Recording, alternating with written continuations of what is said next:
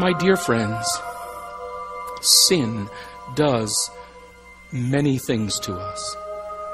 Far more things than we could ever begin to be mindful of. But among the most graphic is that sin defiles us. In the eyes of God, it makes us filthier than a dirty stable. Sin pollutes us. And of course, the problem with all of this is that everything about God is clean, brilliantly white. Not the slightest impurity is allowable in His presence. Which means then we need purification. So, how do we get clean? Have you ever read the book of Leviticus? Because that's what that book is about. People were made clean, at least ostensibly, by priests offering sacrifices. Year after year, decade after decade, century after century, the offering of sacrifices was relentless. By the way, friends, have you ever taken note of the furniture that exists inside that temple? Furniture that was prescribed by God Himself? God was very emphatic with Moses. I want you to make things exactly the way I show them to you. And so inside the Holy of Holies was the Ark of the Covenant. Just outside the Holy of Holies was a room called the Holy Place, and there was an altar of incense, a table for the showbread, 10 lampstands, 2 decorative pillars with chains and bowls. Very interesting to me. A lot of work went on inside that temple. The men inside that place were very busy every morning, every evening, offering sacrifices every single day. It seems to me that there is one piece of furniture that is conspicuous by its absence. Piece of furniture missing from that place. Something God forgot in His interior decorating. There's nothing in that place on which to sit down.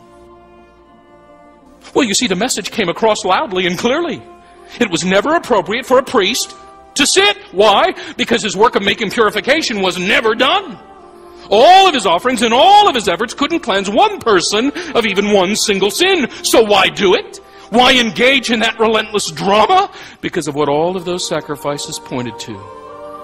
The coming of the Son, this Son, who would serve as both priest and sacrifice. And when this Lamb was slain, you see, for the very reason that He is who He is, the radiance of God's glory and the exact expression of His nature, He could declare from a cross the statement that had never before been uttered by a priest.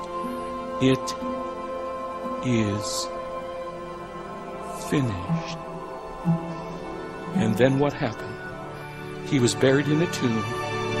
3 days later, raised from the dead, He ascended into the real Holy of Holies, and for the first time in the history of redemption, a priest sat down.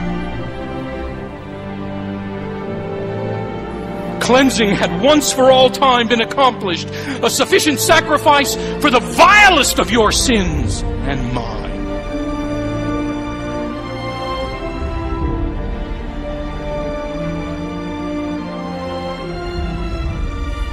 You see, so what does all of this have to do with me? What does all of this have to do with my life? But with all due respect, you are not the center of the universe.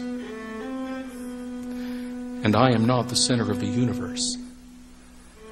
The Son of God is the center of the universe. And until you understand your place in relationship to Him, you will never understand your place in this universe. So what does all of this have to do with you? It has everything to do with you. He is the cosmic Lord. That means He made you. Your life is in His hands. And you are His. He is the incarnate God, which means in Him this morning, your search for God can end in success. That to walk away from Him in any direction can only lead you to ruin. He is the priestly King. That means that in Him, all of your sin and all of your guilt can be removed, put away. The fact is, you'd be foolish to ignore him, because he is the one to whom every person ultimately bows, either in this life or in eternity. All of which means you must not turn away from him. You must not walk away from him. All of your hope for life and eternity resides with him. So come to this unequally great one. Come to the Son of God. Come to Jesus Christ. If you have come to him before, then along with me, come to him again this morning and keep coming to him. Come to him right now, right where you are, right where you're sitting.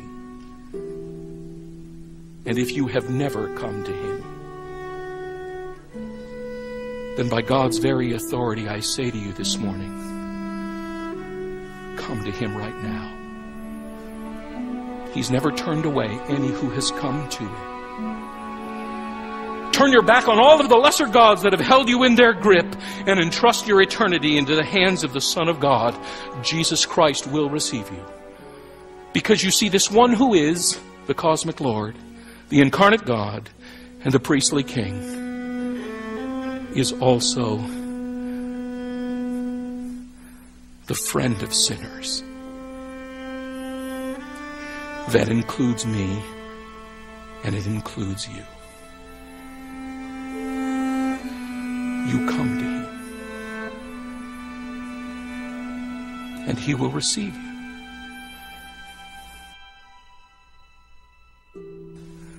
Stake your confidence in this.